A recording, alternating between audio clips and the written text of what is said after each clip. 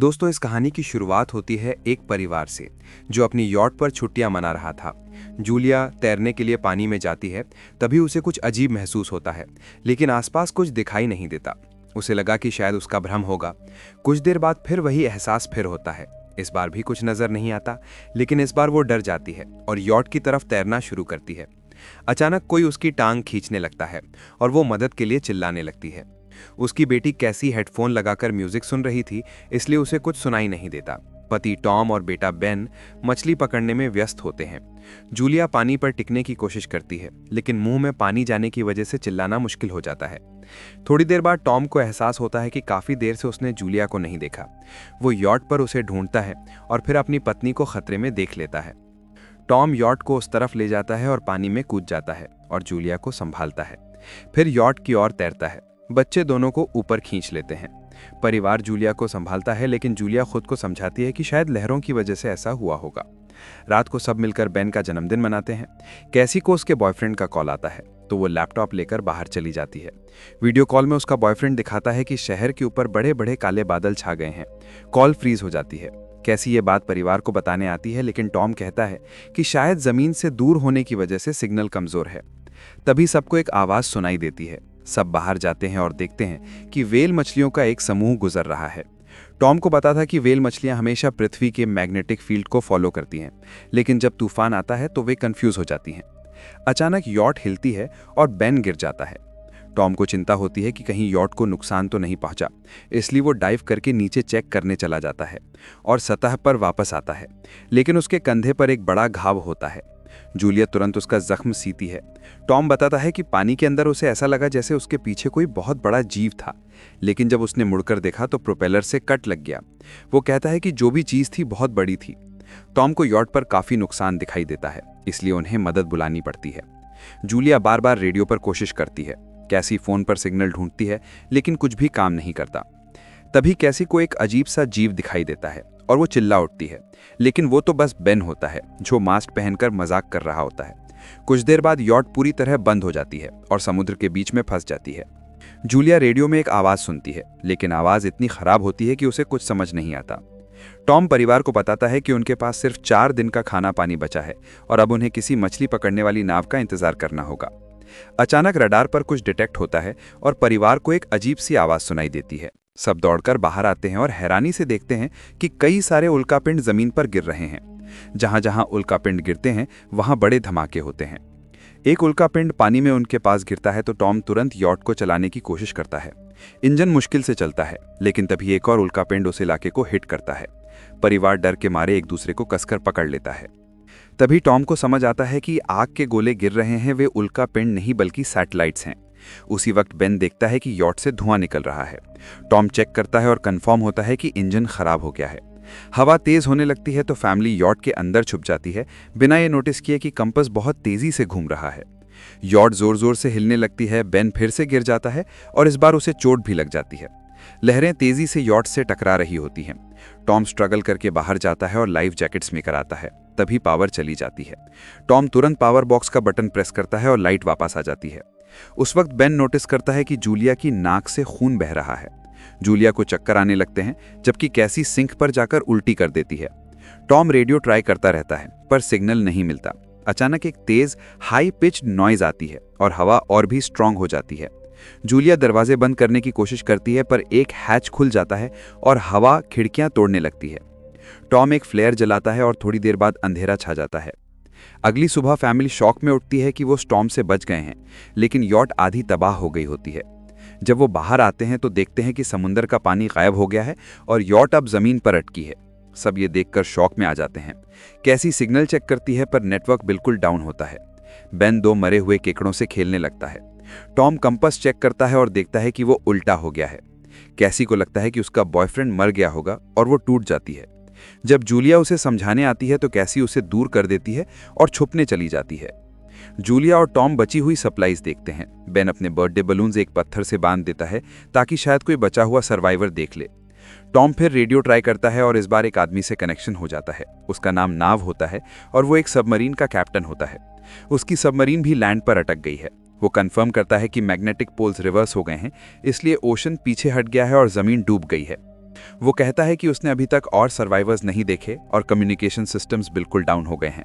वो मजीद ये भी कहता है कि पोल्स फिर रिवर्स होंगे और शायद एक हफ्ते में समुंदर वापस आ जाएगा। वो फैमिली को वार्न करता है कि जितना हो सके ऊंची जगह चढ़ जाओ, क्योंकि जब पानी वापस आएगा तो वो बहुत खतरनाक होगा। वो बोलता है उसका पार्टनर क्रैश में मारा गया और सबमरीन में बस 3 लोगों की ही जगह है। जूलिया और टॉम उससे कहते हैं कि प्लीज हमारे बच्चों को बचा लो। वो उन्हें अपने कोऑर्डिनेट्स दे देता है। टॉम कैलकुलेट करता है कि सबमरीन तक पहुंचने में 2-3 दिन लगेंगे। वो फैमिली से कहता है आज रात अच्छे से आराम कर लो, कल सुबह हम निकलेंगे। अगली सुबह फैमिली सामान पैक कर रही होती है, तभी टॉम को पास में कुछ हिलता हुआ दिखता है। वो एक लंगड़ा आदमी होता है जिसके हाथ में हारपून होती है और साथ में एक कुत्ता लगातार भौंक रहा होता है। टॉम उसके पास जाता है और उसे पानी की बोतल देता है, लेकिन वो आदमी कुछ ऐसी भाषा में बोलता है जो टॉम समझ नहीं पाता। पानी पीने के बाद वो अजनबी अचानक टॉम के सिर पर बोतल मारता है और चेहरे पर जोर का लात मार देता है। जूलिया डर के मारे भागती है, लेकिन तब तक देर हो चुकी होती है।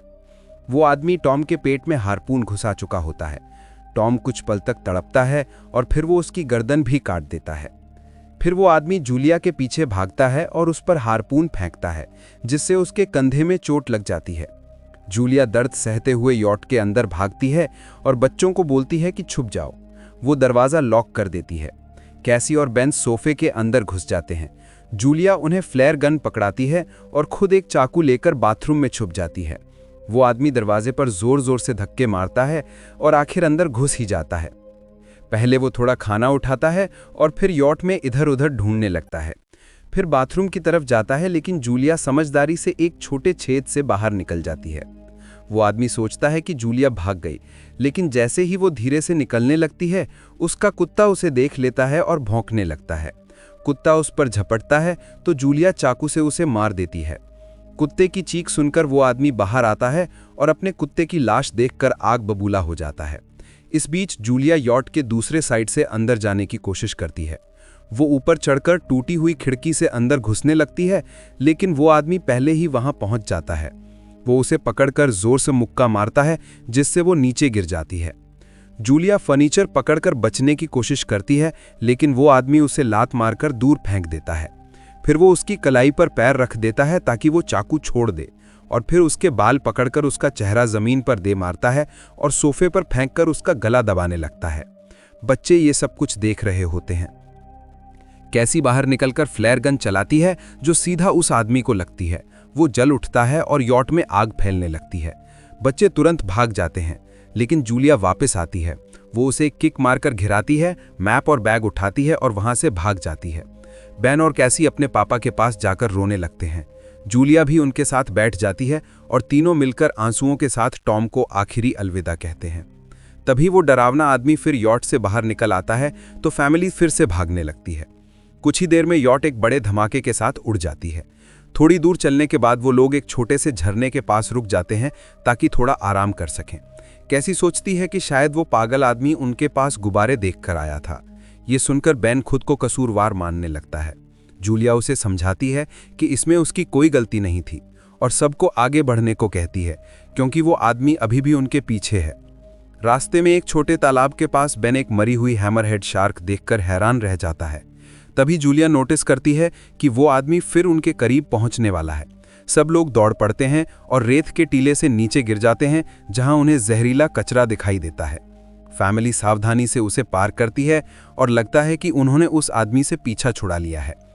चलते चलते उन्हें बड़े बड़े मरे हुए सी एनिमल्स और समुंदर के नीचे जमा हुआ सारा प्लास्टिक दिखने लगता है। बेन धीरे धीरे चलने लगता है तो जूलिया समझ जाती है कि वो डिहाइड्रेशन के करीब है। वो सबको रुकने को कहती है। जब वो पानी की बोतल देखती है तो उसे झटका लगता है। बोतल में पानी लगभग खत्म हो चुका होता है। कैसी को एहसास होता है कि शायद उसने बोतल ठीक से बंद नहीं की थी। जूलिया गुस्से में चिल्लाती है कि उसकी लापरवाही की वजह से पानी खत्म हो गया। कैसी जवाब देती है, क्या फर्क पड़ता है, वैसे भी हम बचने वाले नहीं हैं। दोनों के बीच लंबी बहस होती है। फिर भी फैमिली आगे चलती रहती है। कुछ देर बाद उन्हें एक क्रैश हुआ प्लेन मिलता है। अंदर कुछ हिलता हुआ देखकर सब डर जाते हैं, लेकिन वो सिर्फ कुछ पक्षी होते हैं। फैमिली तय करती है कि रात यहीं प्लेन के अंदर गुजारेंगे। वो थोड़ा सा स्नैक शेयर करते हैं और जूलिया को टॉम की जैकेट में एक फैमिली फोटो मिलती है, जिसे देखकर उसका दिल टूट जाता है। कैसी पूछती है, मॉम आप और डैड की लव स्टोरी क्या थी? जूलिया मुस्कुराकर बताती है, टॉम हॉस्पिटल में मेरा पेशेंट था। फिर एक दिन उसने फूल और एक प्यारी सी कविता देकर अपना प्यार जताया था। रात के बीच में कैसी प्लेन से बाहर जाती है। तभी वो डरावना आदमी उसे पीछे से पकड़ने की कोशिश करता है, लेकिन जूलिया अचानक पीछे से उस पर टूट पड़ती है और बार बार चाकू से वार करके उसे मार देती है। कैसी अपनी मां को गले लगाकर शांत करती है। अगली सुबह उस आदमी की लाश पर कीड़े बूंद पड़े होते हैं। फैमिली नोटिस करती है कि उसके शरीर पर कई काटने के निशान हैं, मतलब इस एरिया में कोई खतरनाक जीव छिपा हुआ है। जैसे ही वो लोग वहां से निकलते हैं, केकड़े उसके मुंह से बाहर निकल आते हैं। कुछ घंटों बाद जूलिया और कैसी मैप देख रही होती हैं, लेकिन बेन धीरे से आगे निकल जाता है। जूलिया चिल्लाती है, रुक जाओ, लेकिन बेन एक तालाब में झुककर पानी पीने लगता है। जूलिया तुरंत उसे खींचकर बाहर निकालती है और समझाती है कि अनजान पानी उसे बीमार कर सकता है। धूप बहुत तेज हो जाती है तो फैमिली अपने सिर कपड़ों से ढक लेती है। बेन को चक्कर आने लगते हैं। तभी उन्हें कुछ पुरानी कुर्सियां मिलती हैं और जूलिया व कैसी उनसे एक टेम्पररी शेल्टर बना लेती हैं। जूलिया बेन को इंजेक्शन लगाती है और तय करती है कि वो रात वहीं बिताएंगे। सुबह जूलिया एक अजीब सी आवाज सुनकर उठती है। बाहर जाकर देखती है तो क्रैब्स का एक बड़ा झुंड उनकी तरफ आ रहा होता है। वो तुरंत बच्चों को उठाती है और तीनों भागना शुरू कर देते हैं। भागते भागते उन्हें एक बड़ा कार्गो शिप दिखाई देता है। वहां 3 क्रू मेंबर जिंदा होते हैं।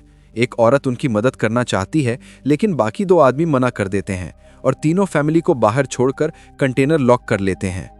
क्रैब्स पास आ जाते हैं। जूलिया बच्चों को कंटेनर के ऊपर चढ़ाती है। खुद जब चढ़ने लगती है तो क्रैब्स उसके पैर को जोर से काट लेते हैं। बच्चे उसे खींचकर ऊपर चढ़ाते हैं, नहीं तो वो नीचे गिर जाती। कंटेनर के एक छेद से आधे क्रैब्स अंदर घुस जाते हैं। क्रू मेंबर्स फायरिंग शुरू करते हैं, लेकिन क्रैब्स उन पर हावी हो जाते हैं और दोनों को मार डालते हैं। आखिरी आदमी छत के होल तक पहुंचता है, लेकिन क्रैब्स उसे भी नीचे खींच लेते हैं और वो भी मर जाता है। जूलिया अपने जख्म पर पट्टी बांधती है और बेहोश हो जाती है। कुछ देर बाद जब वो उठती है तो खुद को रेत के तूफान के बीच अकेली पाती है। वो घबराकर बच्चों को ढूंढने लगती है। एक मरी हुई औरत का हथियार उठाती है और जोर जोर से चिल्लाती है। कैसी उसकी आवाज़ सुनकर लौट आती है और बताती है कि वो और बेन मदद ढूंढने गए थे, लेकिन कोई नहीं मिला। फिर दोनों बेन से मिलते हैं, जिसे खुला कंटेनर मिलता है जहां वो तूफान खत्म होने तक रुक सकते हैं। जूलिया टॉम का लाइटर निकालकर अपने जख्म को जलाकर बंद करती है, जो बेहद दर्दनाक होता है। तूफान थमने के बाद उन्हें एक और कंटेनर मिलता है जिसमें बहुत सारी पानी की बोतलें होती हैं। बॉडीज चेक करते वक्त उन्हें एक रेडियो और एक गन भी मिलती है। जूलिया नाव से संपर्क करके बताती है कि मैप खो गया है। इस पर नाव बताता है कि उन पर ऑर्थ्रोपॉड्स ने हमला किया था, वो अब इसके जीव हैं, जो ऑक्सीजन की वजह से पूरी तरह पागल हो चुके हैं। अब नाव फैमिली को जल्दी करने को बोलता है, क्योंकि उसके इंस्ट्रूमेंट्स ने कैलकुलेट किया है कि समुद्र उम्मीद से ज़्यादा जल्दी वापस आएगा और उनके पास सिर्फ कुछ घंटे बचे हैं। वो एक फ्लेयर शूट करता है और फैमिली उस दिशा में चलना शुरू कर देती है। लंबी वॉक के बाद फैमिली को एक टूटा हुआ टॉयलेट मिलता है जिसमें बेन पेशाब करता है। अब वो लोग आखिरकार सबमरीन को पास ही देख लेते हैं, लेकिन वहां पहुंचने के लिए उन्हें एक बड़ा चट्टानी रास्ता पार करना होगा। जैसे ही वो रास्ते से गुजरते हैं, दीवारें हिलने लगती हैं और पत्थर गिरने लगते हैं, जिससे एक भयानक रॉक स्लाइड हो जाता है। जूलिया तुरंत अपने बच्चों को साइड में धक्का देती है और खुद भी पीछे हट जाती है ताकि कुचली न जाए। अब एक चट्टान की दीवार उनके बीच में आ गई है। जूलिया बच्चों से कहती है कि वो बिना उसके आगे बढ़ जाए, लेकिन कैसी मना करती है और जोर देती है कि उसकी मां को चढ़ने की कोशिश करनी चाहिए। बहुत बहस होती है और चिल्लाने के बाद जूलिया वादा करती है कि वो बाद में अपने बच्चों को ढूंढ लेगी। मजबूर होकर कैसी अपने भाई को खींचकर आगे ले जाती है। बच्चे चट्टानी रास्ता चढ़कर सबमरीन की तरफ भागते हैं, लेकिन वहां पहुंचकर देखते हैं कि नाव बाहर खून में लथपथ है। वो समझाता है कि उसके लिए सब खत्म हो गया है और अब बच्चे सबमरीन ले सकते हैं। ये सोचकर कि एक एक्स्ट्रा जगह होगी, कैसी वापस अपनी मां को ढूंढने भागने लगती है। तभी जूलिया केकड़ों को आता देखती है और वो फायरिंग शुरू कर देती है। कुछ केकड़ों को वो मार देती है, लेकिन झुंड बहुत बड़ा होता है और सबसे लड़ना मुश्किल हो जाता है। उसी समय कैसी दीवार के ऊपर दिखाई देती है और हाथ आगे बढ़ाती है तो जूलिया तेजी से चढ़ना शुरू करती है। कैसी की मदद से वो दूसरी तरफ पहुंच जाती है और दोनों साथ में सबमरीन की तरफ भागते हैं। बेन पहले से ही ऊपर खड़ा होता है और फायर खोल देता है ताकि केकड़े डिस्टर्ब रहें जब तक फैमिली ऊपर चढ़ जाए। केकड़े नाव के शरीर तक पहुंचते ही तुरंत उसे खाने लग जाते हैं। जूलिया गन उठाती है और फायरिंग जारी रखती है जब तक बच्चे अंदर चले जाएं। जब वो सुरक्षित हो जाते हैं, जूलिया समझती है कि गोलियां खत्म हो गई हैं, तो वो गन केकड़ों पर फेंक देती है और अपने बच्चों के साथ अंदर चली जाती है। फैमिली हैच को अच्छे से लॉक करती है और खिड़की से केकड़ों को सबमरीन के चारों तरफ देखती है। इसी समय समुद्र वापस आ जाता है तो वो तीनों तुरंत अपनी सीटों पर बैठकर बेल्ट पहन लेते हैं और एक दूसरे का हाथ पकड़ लेते हैं। तेज लहरें सबमरीन को जोर जोर से इधर उधर फेंकना शुरू कर देती हैं, जिससे जूलिया को पूरे जर्नी के विजन दिखने लगते हैं और कैसी उल्टी कर देती है। जल्द ही वो आवाज़ वापस आती है और फैमिली बेहोश हो जाती है। थोड़ी देर बाद सभी होश में आते हैं और खुद को जिंदा देखकर खुश होते हैं। वो हैच अनलॉक करके बाहर निकलते हैं और देखते हैं कि लहरों ने उन्हें एक शहर तक पहुंचा दिया है। तो इस तरह से ये सभी जिंदा बच जाते हैं और इसी के साथ में ये कहानी खत्म होती है। दोस्तों, अगर ये वीडियो आपको पसंद आया है तो लाइक और सब्सक्राइब करें। मिलते हैं अगले वीडियो में।